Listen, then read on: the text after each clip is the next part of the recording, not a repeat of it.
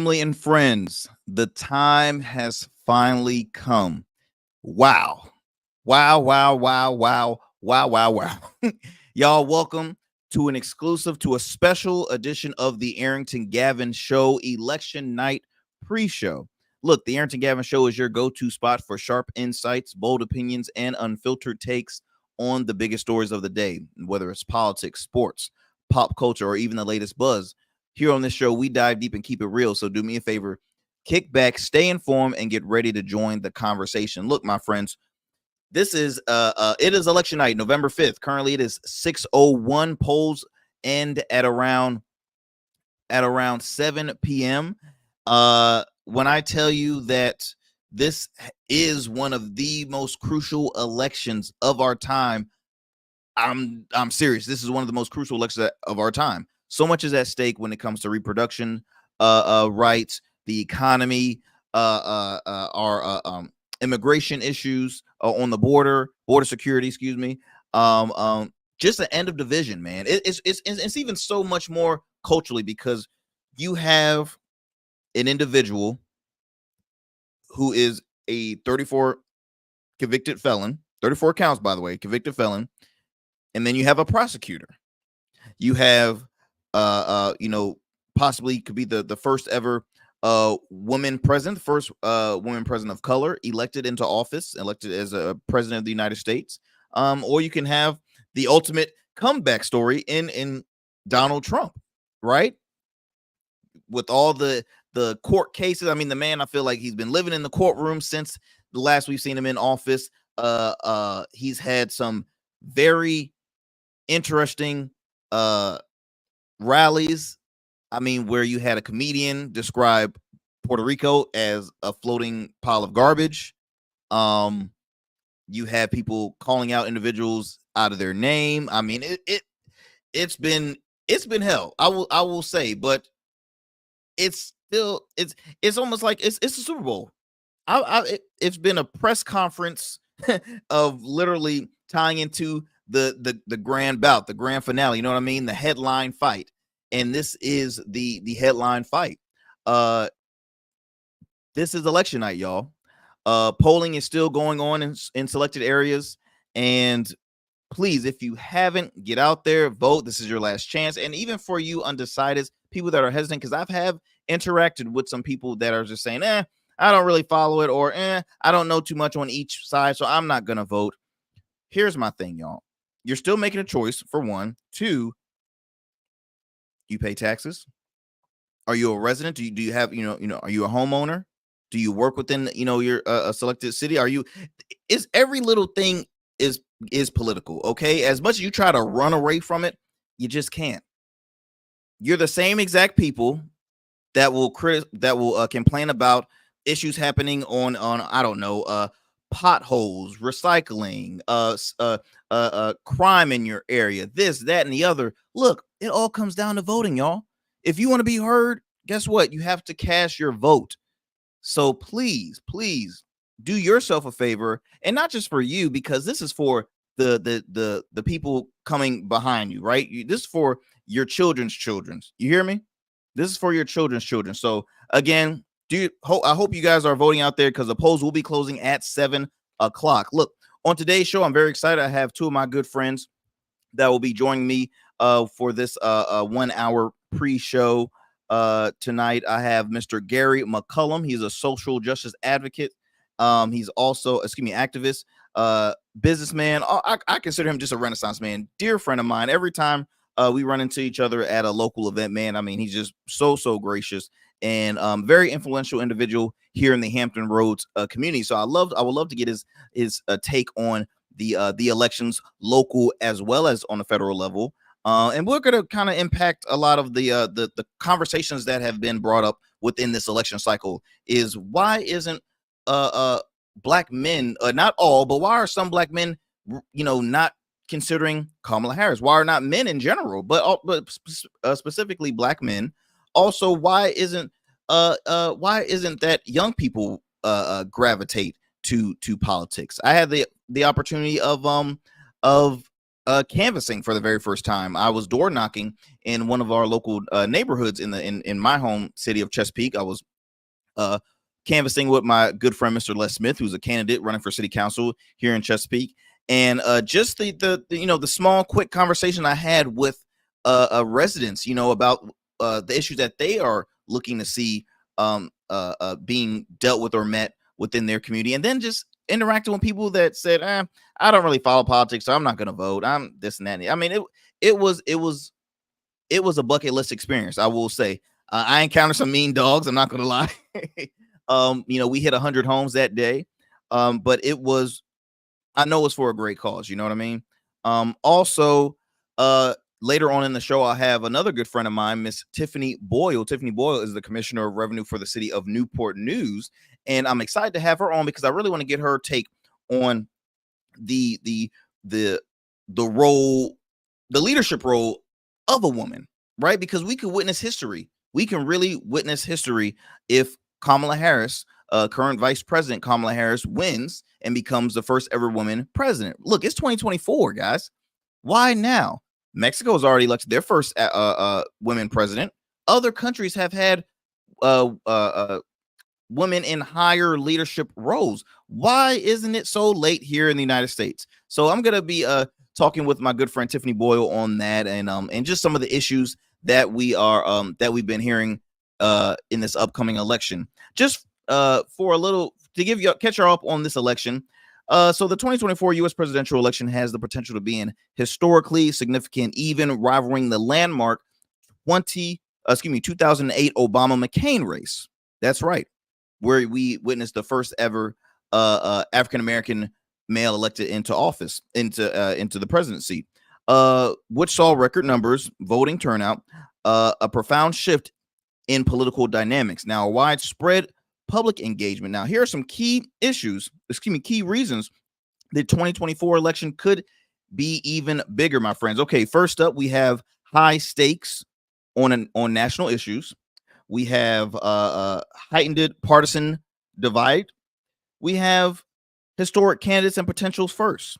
We have record-breaking voter engagement, potential for long-term policy shifts.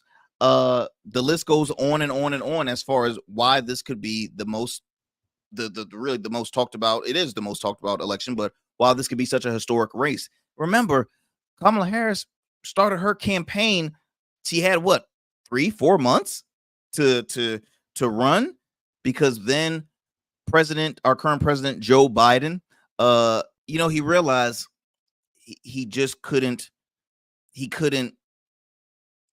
make the long run, if you know what I mean, when it comes to running another term in office. And I'll be honest, I was one of the critical people too. I was expecting him to be a one-term person, and whoever's next in command that he will love to endorse, just moving on from there. And then when I realized that he was that's not going to be good, and it really wasn't. The Democrats were a bit anxious with that call, but then when he made the announcement that he will be stepping out of the race, and he went on to endorse Kamala Harris, the crowd went wild. The crowd went wild. Everybody who have been supporters of Kamala Harris. I mean, this lady has been elected starting on the local all the way up, right? So she's definitely qualified. She's run for president before, and it's just a lot of events has occurred in this race. You've had not one, not two, but 3 assassination attempts on former President Donald Trump, where he has to have glass covering during his rallies. You had oh my goodness, again with the personal attacks and the insults. You've had even attacks on headquarters for different campaign candidates. Excuse me. I know that the Harris and Walsh campaign had a person shoot at their windows at one of their headquarters. I'm forgetting which state it was in, but it was a lot that was occurring. So again, it's so much turn events has happened within this race, but I'm so excited because look, I have my good friends that I get to have a conversation here on this show, and I thank you all so much for tuning in to this special edition of the Arrington Gavin Show. The Arrington Gavin Show, we are a weeknight radio program that airs Monday through Fridays at 11 p.m. on WDJY 99.1 FM Straight Talk out of Dallas, Georgia. You can also tune into the program online at wdjyfm.com. You can also listen to us wherever you listen to your podcasts, as well as on the streaming platforms of YouTube and Rumble, as well as Facebook. So again, my friends, do me a favor, share this live right now to everybody, and yeah, we're gonna have a good time. So look, without further ado, I mentioned earlier that I have one of my good friends that I'll be speaking with here on this pre-show, my good friend, Mr. Gary McCullum. He is a social justice activist, businessman, all-around Renaissance man, a dear friend of mine. I'm excited to have him on. Ladies and gents, without further ado, let me bring on my good friend, Mr. Gary McCullum. Gary, how you doing, my friend? I'm doing great, doing great. Thanks for having me, Arrington. Hope all is well. I'm out at the polls, so it's a busy time, exciting day.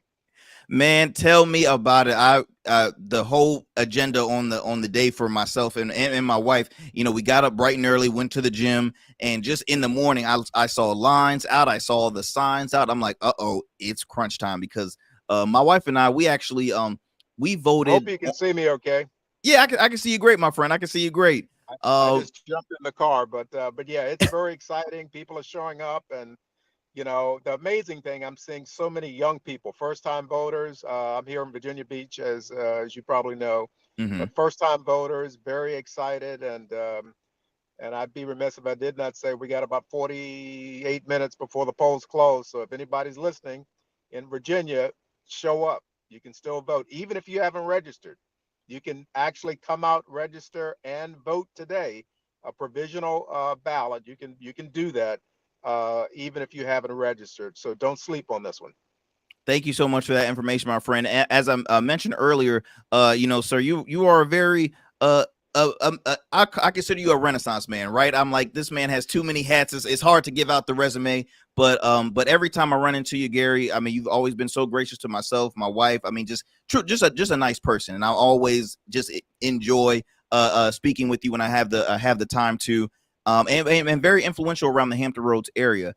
First, I would like to ask, man, how impactful has this election cycle been, on a local and even on a federal level? I mean, how has it impacted you, or what you have witnessed throughout this election cycle? I think regardless of where you are politically, Mhm. I think you have some major issues that have impacted uh, turnout. I think obviously the Dobbs decision and the impact that that has had on female voters. I'm a girl dad. I have two daughters, and I'll be honest with you. I think that that issue has energized so many women Mm. and men, because there are men out there, obviously like me, who have daughters and wives and sisters and what have you. But I think that issue has really energized people in a way that I don't think anybody could have predicted, because this was a right that women had that was in their minds taken away. And again, Mm. for me as a minister, this is not a faith issue. It really is about a women's health issue. Mm. And I don't know if I've shared this with you, but I have two daughters, as I mentioned. But my youngest daughter, who is 12, uh, she would not be here if it were not for IVF.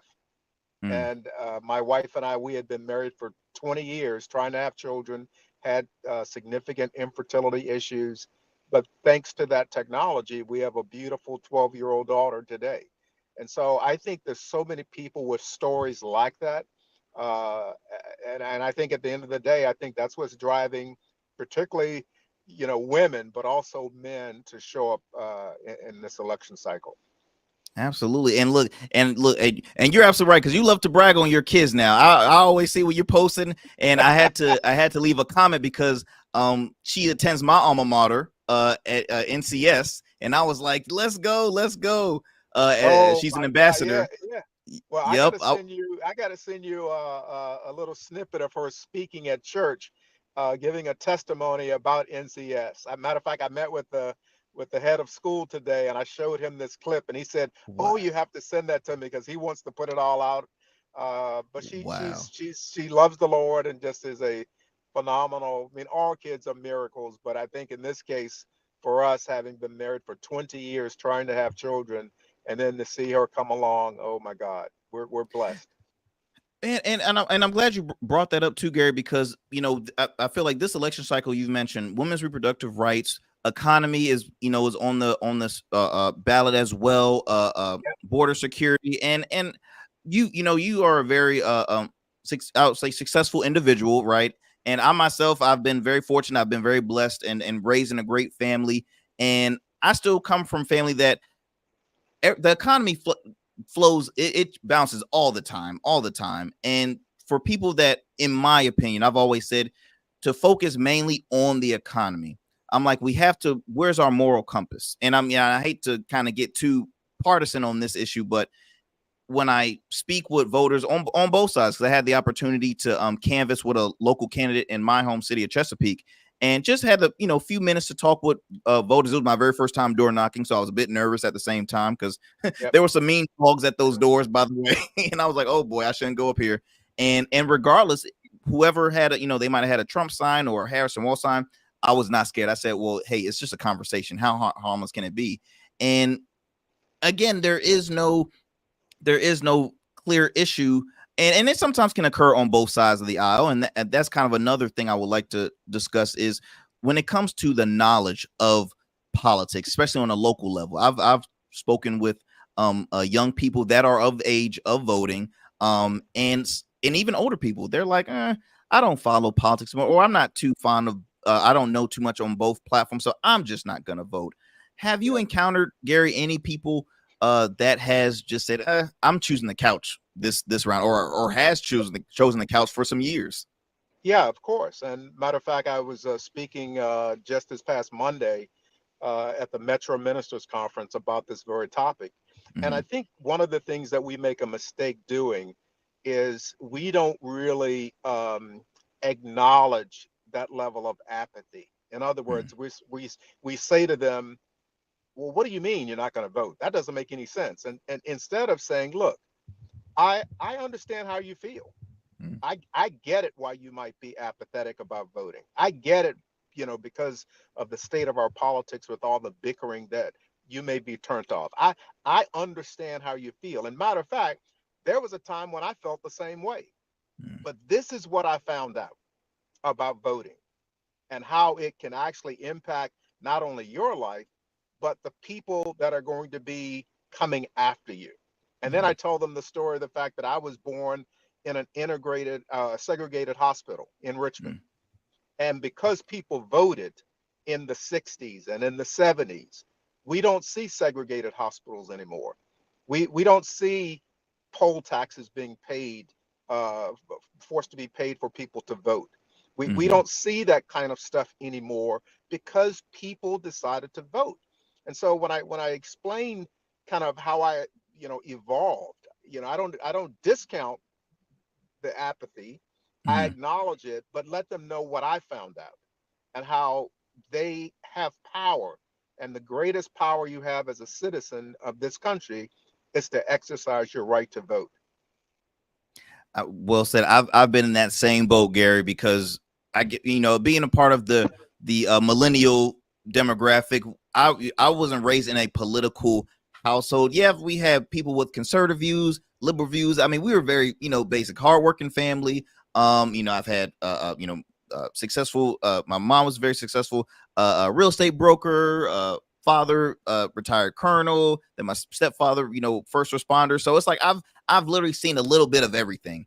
And I, as a young person, and I have a lot of friends with it, which I always try to help, kind of build that segue. That's why I always enjoy doing this program, because of course I want to have fun, but I also want to make it informative too, because we see, I think, in larger corporate medias and even on, certain radio platforms, people will sometimes sway just one agenda and won't give you the full thing. So we try to open up the room for open dialogue and conversation. And a lot of people have been either saying, look, I've been a long-standing Republican. I'm no longer a part of that party. I'm leaving the party. Or I've been a long-standing Democrat. I'm no longer a part of that party. With everything happening. I want to, and I don't want to kind of get too far off, but Well, let I me want go to. back and say, can I say one other thing about young people? One of Yes, the sir. other things I share with young people, and I was at I was at Tallwood High School, I guess just maybe a week before last, and Hmm. I was talking to them about the fact that the reason why we need young people engaged in the voting process. Again, if you are 18, you can vote. And I asked them, I said, why do you think most of the laws in our country favor old people like me? And they laughed because I said old like me. And someone said, because you guys vote. And I said, exactly. I said, imagine what this country would look like if 18 and 19 and 20 and 21-year-olds voted at the same level of older people in this country. Think of Mm. all the changes that we would see around, you know, college tuition and just a whole host of things. But the reason why that stuff doesn't happen, and I shared this with them, is because most politicians recognize that young people don't vote. And so that's the thing I think we got to really make sure that we tell young people that it's their power. Don't Hmm. lose your power. Use your right to vote. You want to see changes in this community, and not just at the presidential, but even Hmm. at the local levels. We have school Absolutely. board races in Virginia Beach and all throughout the Commonwealth. We have city council races. We have sheriff races. All of that is happening, and those decisions that those local, state, and federal politicians are going to make, they're going to impact your lives. So that's another thing I think we need to share with young people. I definitely agree with you, sir. I want to kind of play. I'm gonna play a little devil's advocate. Could also an issue be, the messaging, right? I feel as though like a lot of young people want to be interested, but it's like the messaging is sometimes off, or the certain narrative that's being spread, because they might already put a misjudgment prior to them even starting to understand politics, and the first judgment they will say is, well, it's a bunch of individuals that they say they mean well, and then eventually, ooh, they get caught up in I'm just example bribery scandal, right? Or Yep. and they already, that's it, they only need to hear one thing and they're done, they don't find any interest. So could messaging be also an issue of the lack of interest for young people just having more of an understanding and getting involved with Yes. politics? Yeah, I think you're absolutely right. And one of the things I think we could do a better job of, all of us, frankly, is making sure that we connect with young people and really all voters Hmm. around what are the issues that are important to you. I was talking with some young folks, this was a couple of months ago, and they were talking about policing. And these were mostly young African American male. And I asked them the question. I said, well, what would you like to see? And they said, well, I don't think they should be harassing us, and they shouldn't be, just looking out for us, and bringing up, driving while black, and things like Hmm. that. And I said, well, is it really the police, or is it our justice system? And they said, well, it's both. And then I asked them this question. I said, well, if it's the justice system, I asked them this question. I said, well, in Virginia, who decides who sits as judges in Virginia? I asked them that question. And they said, well, the governor picks the judges. And I said, no, that's not how it works. And then I explained to them how our legislature works and how they pick judges, and why it's important for them to vote for legislators who are going to pick the right justices, and how the Commonwealth's attorney plays a role in that in each of our municipalities, explaining how, if you want to deal with the police, you got to deal with the criminal justice system. And so I think that, to your point, it's about the messaging. What is the issue that you're concerned about? Is it criminal justice reform? Is it Hmm. high tuition costs? Is it whatever their issue is? Is it minimum wage? Is whatever the issue is? Then you connect that to the politics, Hmm. because if they're saying I'm not into politics, you got to, as I've said often, you may not be into politics, but politics definitely is into you. And that's the truth. And it's funny because I've been on the opposing end too with young people, as far as when they will, and I had to correct myself, because I was like, I don't care for career politicians. When I see politicians that are pushing 80, or I'm a huge fan of like a James Clyburn out of South Carolina, like very sharp individual. But Yep. yeah, he's in his 80s, and I'm like, well, when can I'm getting tired of seeing so many older people in, in higher office. But I said, well, Arrington, are young people running? Are even young people voting? You know what I mean? I had to correct myself on that. I'm like, wow, I'm over here saying, this is this and that and the other. Well, like one of my mentors, a person I've always admired, James Madison, the Black Eagle. He was a legendary radio Great talk show man. host. Great Great man. Oh my man. God. Oh my He God. used to Great man. always say, okay, when you speak on an issue, what are you going to do about it? And I think that's the thing that people always need to realize. We need to stop pointing fingers all the time and really know what action can we do. It might not be running for office. It might be working with a grassroots program to at least get the message across. Or, I mean, it's the little things. And that's one thing that I've seen myself kind of do, at least on a smaller level here in my home city. And I'm fortunate to know people within the 7 cities here in Hampton Roads, and just kind of have a, be a fly on the wall, have an understanding of how stuff goes. And it's very important, because I'll learn something new every day. I really will. I want to ask Gary, man, because you being in Virginia Beach has a huge election cycle going on, just with the mayor's race, with the Yep. different city council races involving in each district. What can you say? How impactful is this mayor's race, and do you have any predictions? If it's okay if I could ask, or Well, feel free to answer if well, you want to. If you don't, that's well, cool. I think everyone knows I run an organization called Do the Right Things, Mm-hmm. and that's not DO, but it's DUE. Do the Right Things. We are a grassroots organization. We have a PAC. We support candidates.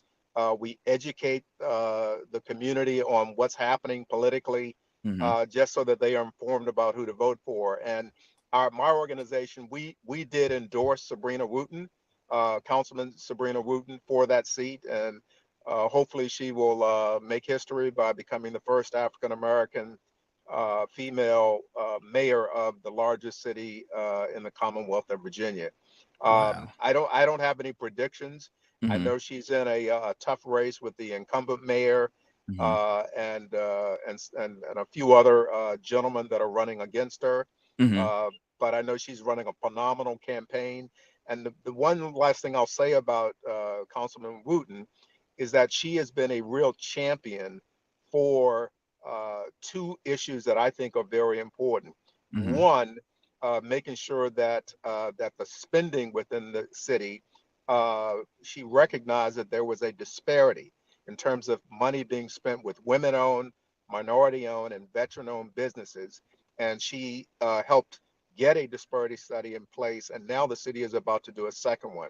The second issue is she was very influential in making sure that the city changed its voting system. There was a hybrid voting system, which was ruled illegal, and now we have a 10-1, 10 districts, and then the mayor is voted in citywide. But that system of voting gave us the most diverse city council in the history of Wow. Virginia Beach. And she was, again, played a significant role in making sure that that happened. That is awesome. That is awesome. I know in Chesapeake, we're kind of we learn stuff from Virginia Beach. The two cities are, I think, the top two largest population wise, Virginia Beach being number one in the state of Virginia.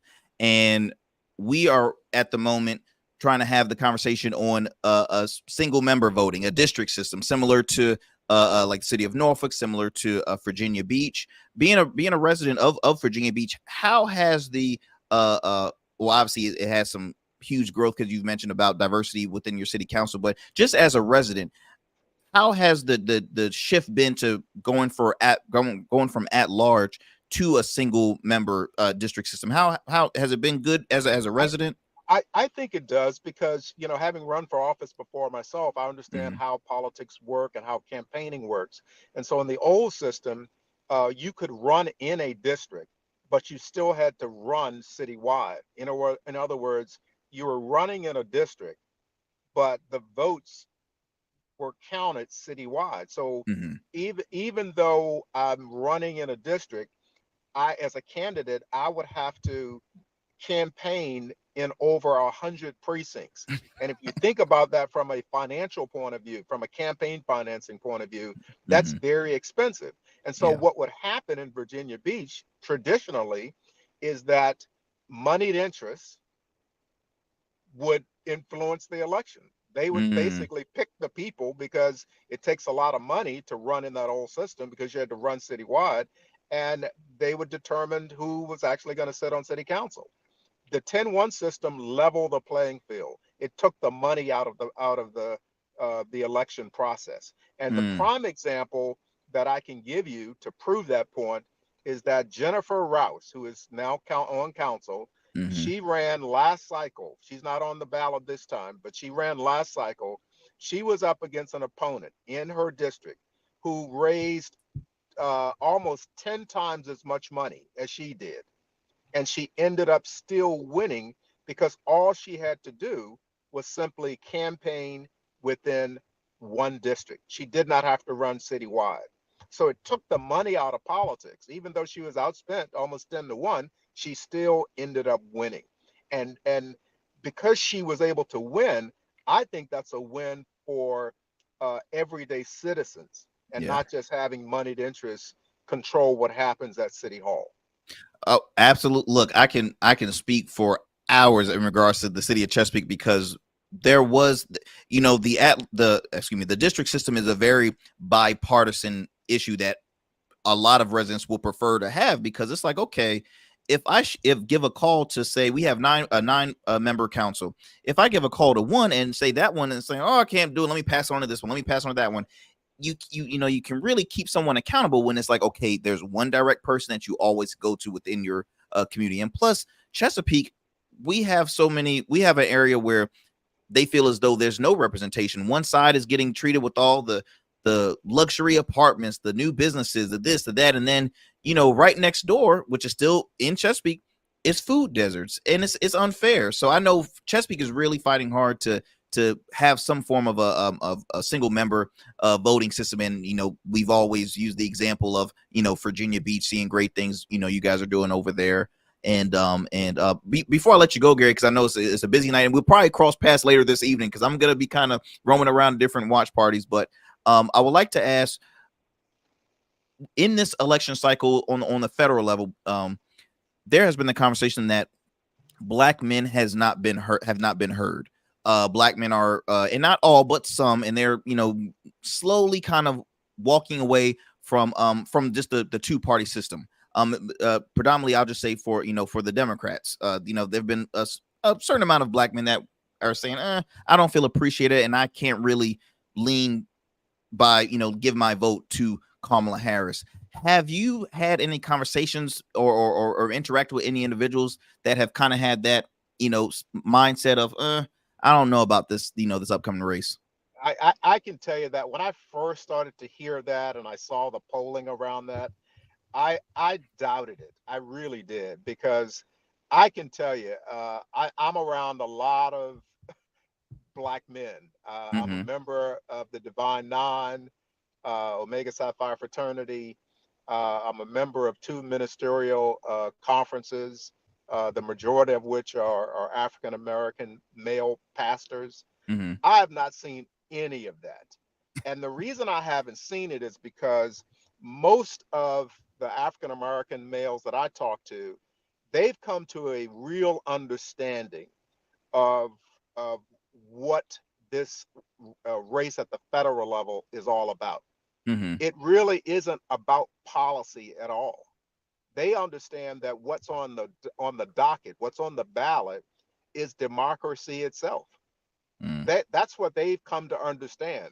And I'm not going to say his name, but the guy who's running against the vice president, Mm-hmm. uh, uh, he, he is not concerned about anybody other than himself.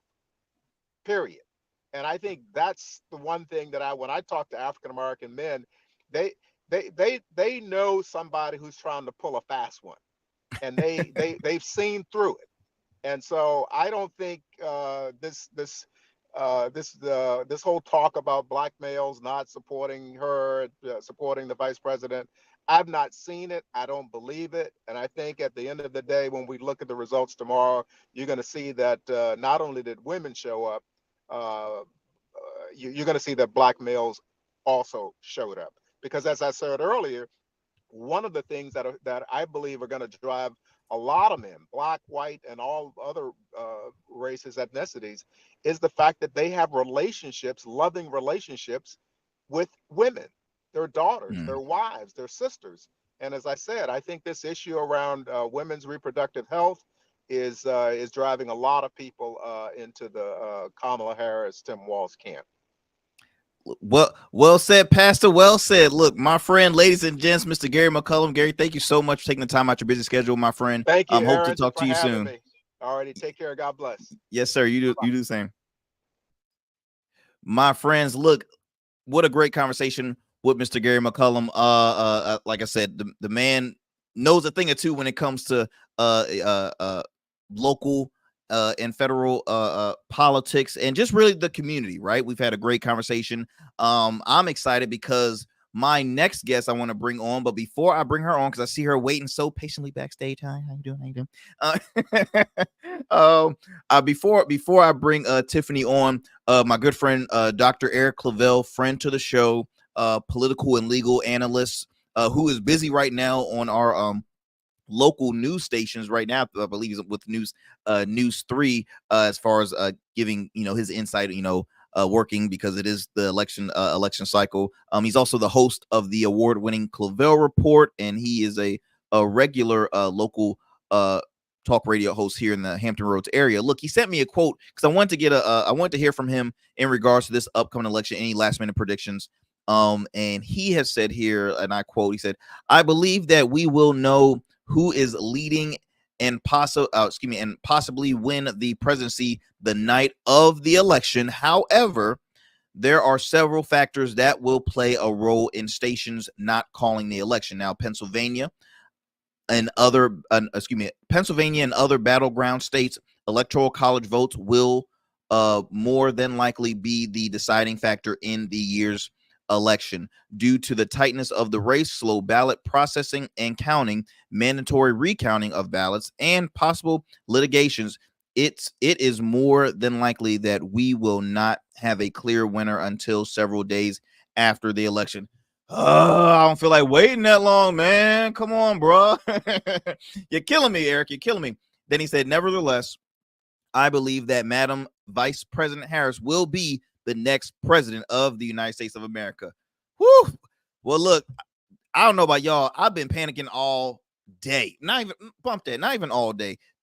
This whole election cycle has been pretty stressful because I've been speaking a lot on it on the program, and it's just so many turn of events has occurred, and now we're in the heat of the moment. Like I've mentioned earlier in the show, I started the morning going to the gym. My wife and I, we went to the gym, grabbed some breakfast, and then I was just glued. Literally, I was watching the different news networks, probably like at 5:30, 6 o'clock a.m. I'm crazy like that, guys. I can't help it. Anyway, without further ado, as I mentioned before, my second guest on tonight, my dear friend, Miss Tiffany Boyle. She is the Commissioner of Revenue for the city of Newport News, businesswoman, radio host. She's all around just an awesome individual. Without further, let me bring on my dear friend, Miss Tiffany. How you doing, Tiff? I'm good. How are you? I am doing great. Thank you so much for taking the time out of your busy schedule to chop it up just for a little bit here on the program. How's everything going with you? How are you feeling right now with this on election night? I actually just got in about 20 minutes ago from working at the precincts, thanking everybody for voting, telling them who I suggested they vote for. Everybody was super nice, super friendly, whether they were voting for the same person I was voting for or not. And I really appreciate it. I always get pumped up on election day. So I'm feeling good. That is awesome. Well, look, I want to ask, has this, and I know a lot of people have spoken about it, but I just want to ask you, being that you are a person that work in local office as well, but can you picture this election being bigger than when the Obama-McCain race in 2008? Then what? I'm sorry. Can you see this race being bigger than the Obama-McCain presidential race? Definitely. It is definitely going to be bigger. One, we have a whole new generation of voters in, and this new generation cares about different things than we care about. I think we actually have 4 generations voting this time, so it's very interesting. I also think with our political climate and how it's been moving, where our first adjectives now are you Republican or are you Democrat? Where so I think people are just like, how dare you ask me that question? No, I'm joking. Right, exactly, right.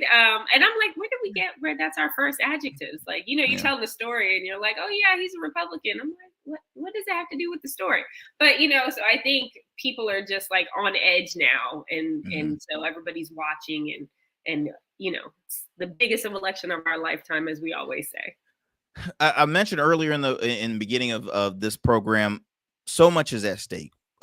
I think on one of the top tier issues on the ballot box: women's reproductive rights, economy, border security. I think those are kind of like the three prior things.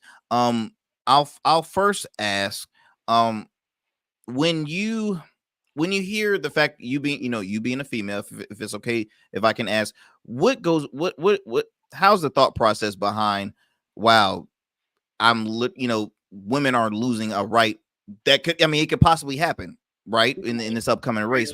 How's that, and I know you're a parent as well.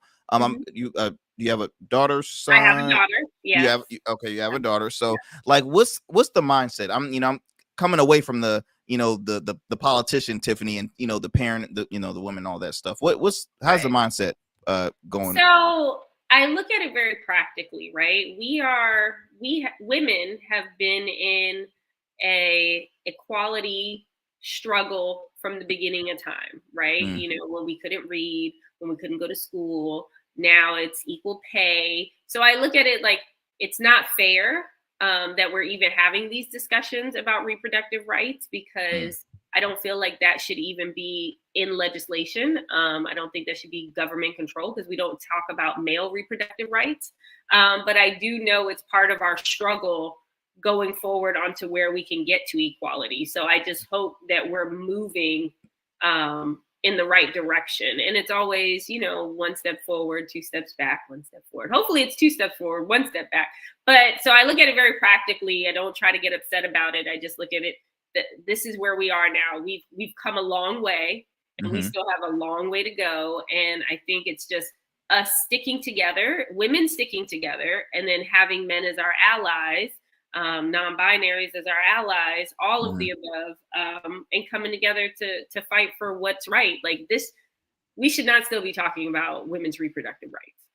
So, yeah. I couldn't agree more with it. Have you been, because I've known you've been literally around all of Hampton Roads, not even just your city of Newport News, but all around Hampton Roads. What has the conversation been? What are some of the issues that residents speak on? Because I feel as though economy is a big thing, and Commissioner of Revenue, you're around the money, you're around city budgets and things in that nature. So is the economy as bad as it's always been spoken about during this election cycle? Is it really bad, or what have you heard within conversations with residents? I think that's where we're all mixed up, right? We all hear tidbits, everywhere. We don't know what to believe on social media. We don't know what to believe on the news. But after speaking, like I just had a conversation with our Congressman Scott, a few weeks ago about the economy, and just looking at what economists say, like our economy is doing well. We're doing better. Like we have to remember we came out of a pandemic, so we are now on the up.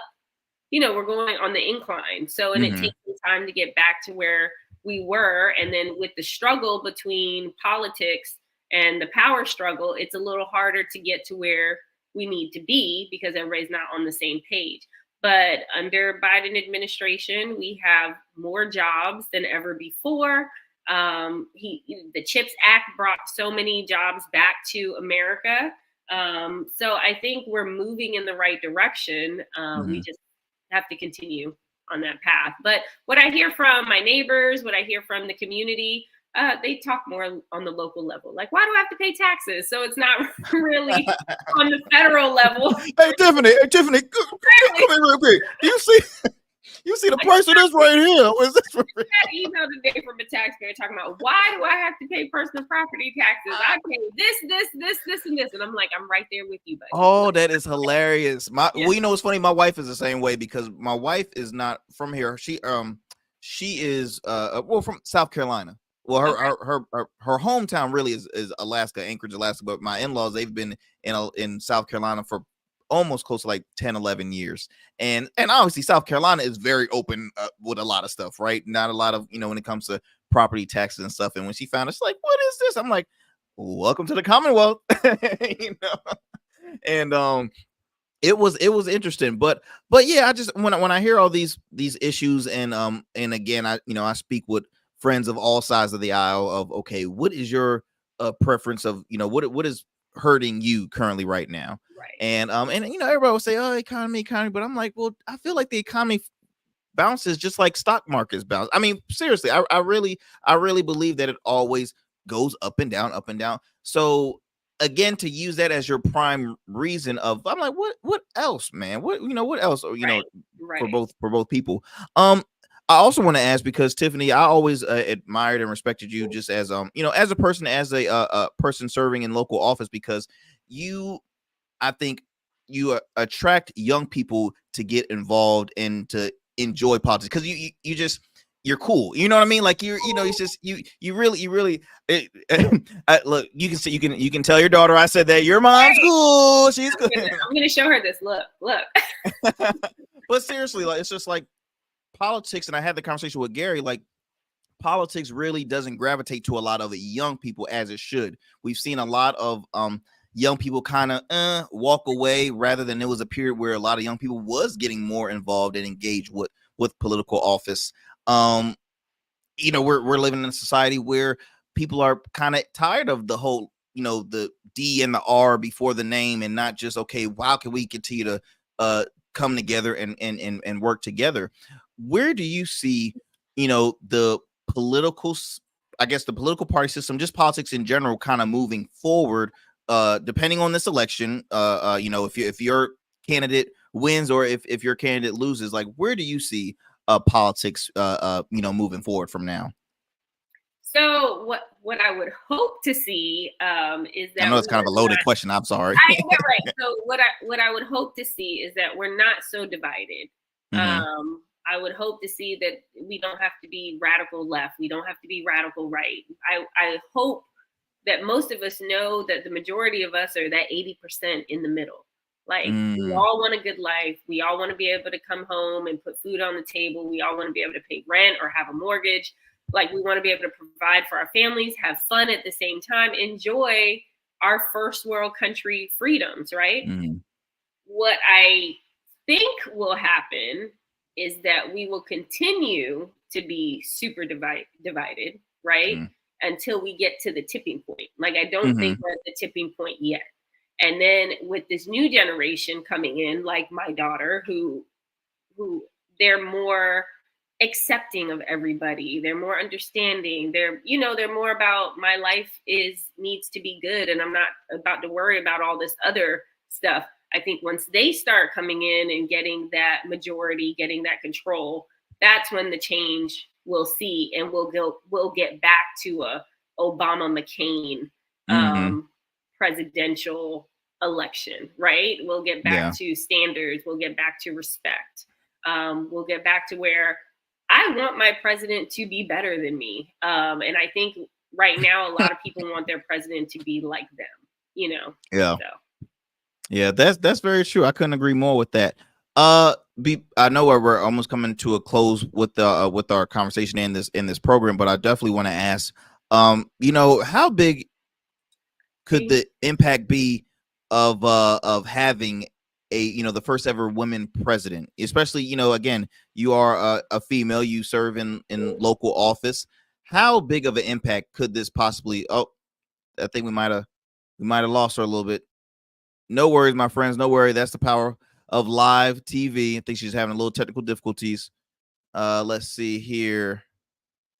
She was just frozen just a little bit. Well, until we get her back on. Yeah, I think She will be back on in a second, my friends. Having a little technical difficulties. For those who are just now tuning in, you are tuning into the Arrington Gavin Show special election night pre-show special. Thank you for taking the time out of your schedule to check us out. I'm trying to get Tiffany back on.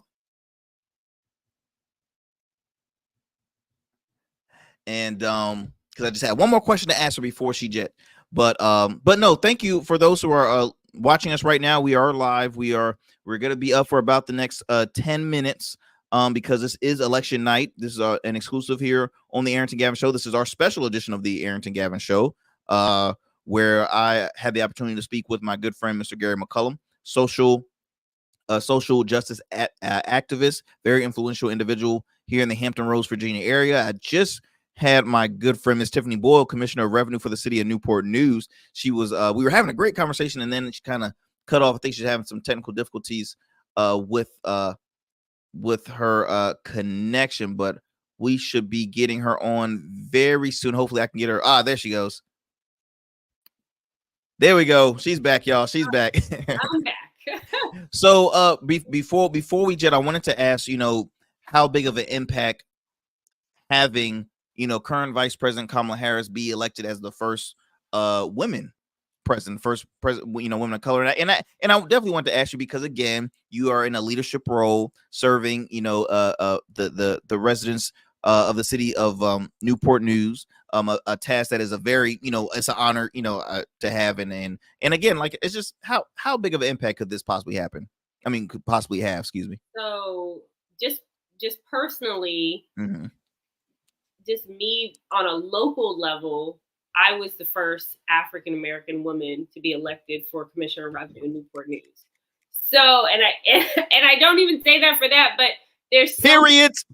No, I'm joking.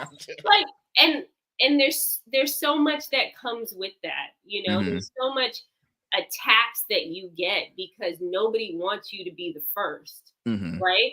And then it's just because people don't really like change. Some people love it, some people don't. And they're like, oh my gosh, what are we gonna do? Mm-hmm. So there's so many attacks that you get personally. So I just, from a local level, what I had to go through, I could only imagine on a presidential level what she has to go through. And then after you get in, there's so much pressure because you want to make sure you're doing everything right because somebody has to come after you, right? Mm-hmm. And you don't want them to say, oh, well, she's the first woman and look what she did. Now we don't want any other women to be president. So there's so much pressure that comes with it, but the impact that she will have is that every woman, every girl will know you can do whatever you want to do. You can be that. And then for the men, they're going to say, well, a woman can be a leader. It changes all of our mindsets and how we move forward and how we get to that equality that all of us are always wanting. So the impact is going to be tremendous.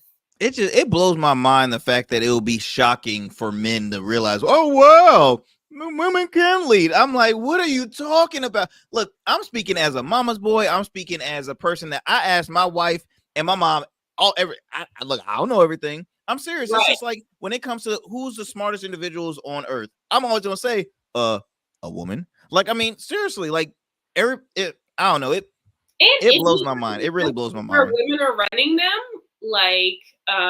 the Netherlands, Denmark, Mexico. I know Mexico just had it. Yep. They're all great countries. Not saying men can't do it. Men have been doing it forever, but women tend to look at things from different angles, right? We're looking at the small details. We're looking at the nurturing side. We're also looking at the business side. Mm-hmm.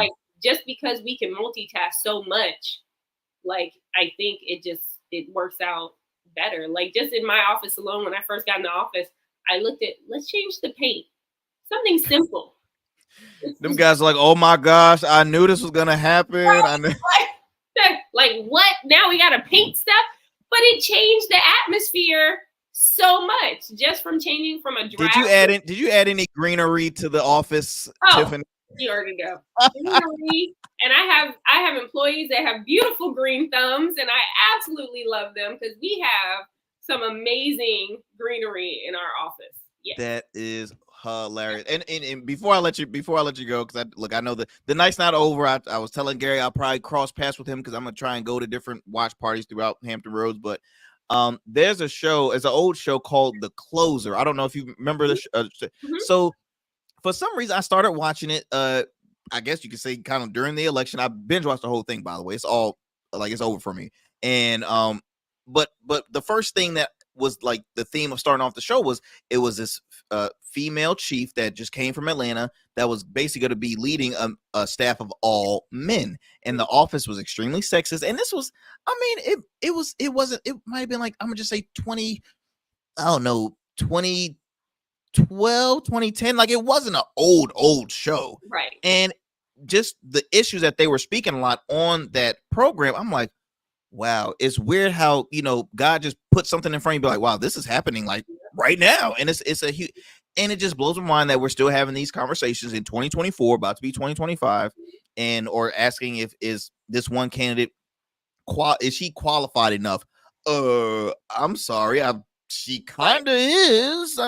So it's very sad. And again, I'm speaking as a mama's boy, as a huge supporter of women in general. I always laugh at that reason, and just, them being so shocked that I guess women can lead and this and that. I mean, barbershop talk. I've had the conversation in the barbershops, and I'm like, bro, like, just I don't understand. The first person that you call when you're clueless, who do you call? Exactly. My grandma, my mom, my wife. I mean, what we doing tomorrow? Let me call my wife real quick. All right, so I'm just saying, it blows my mind. It really does. It's just getting used to like simple things, like maybe a higher pitch voice, right? Like, if you come in and say something, your voice is a lot deeper than mine. People are gonna listen. I come in and say something with this high pitch, they're gonna be like, ah. So, like, just the way maybe taller heels, so you can kind of look right. Maybe VP Harris, her laugh. People have been making fun of her laugh. Like, I laugh a lot too. So it's like you just have to get used to those things that didn't always. It wasn't society norm to be seen as a leader or in power. So I love it. Well, Tiffany, I truly, truly appreciate, my friend, you taking the time out your schedule, chopping up here on the show. Again, I know we'll be seeing each other very soon. You're a busy woman here in the Hampton Roads area. I know you have a huge event coming forth in actually this month, in November for Emerge. So again, I will talk to you soon, my friend. And you have any plans? Are you going to some watch parties later this evening? Or I am not. I'm gonna get a hot cup of tea, and I am going to watch the elections from the safety of my home, so I can make all the comments I want to make. That is hilarious. That's hilarious. Well, look, my friend, again. Well, look, thank you again. Thank you so much for coming on the program. And y'all, please look. Remember the name Tiffany Boyle, because my voice cracked on that one. My bad. Do you remember the name Tiffany Boyle? Because, hey, Commissioner of Revenue for the city of Newport News, but you never know what the future holds. That's all I'm gonna say. That's all I'm gonna say. I like starting stuff. Yeah, that's what I do, Tiffany. But you have a great one, my friend, and enjoy your cup of tea, and stay comfortable, and we'll talk soon. Thank you so much. All right, peace and blessings. All right, my friends, it's about that time, y'all. I hope y'all enjoyed this quick election night pre-show here on the Arrington Gavin Show. My friends, do me a favor, continue to support the program. We're a very independent, grassroots, unbiased platform. You can subscribe to our YouTube channel, R Smooth Club Media. Okay, the letter R and then Smooth Club Media. You can also follow. You can subscribe to our Rumble channel. Follow us on Instagram at the Arrington Gavin Show. And so many ways. I have to go, y'all. But once again, and then check us out Monday through Fridays at 11 p.m. on WDJY 99.1 FM Straight Talk. Take care, peace and blessings, my friends. I'm out.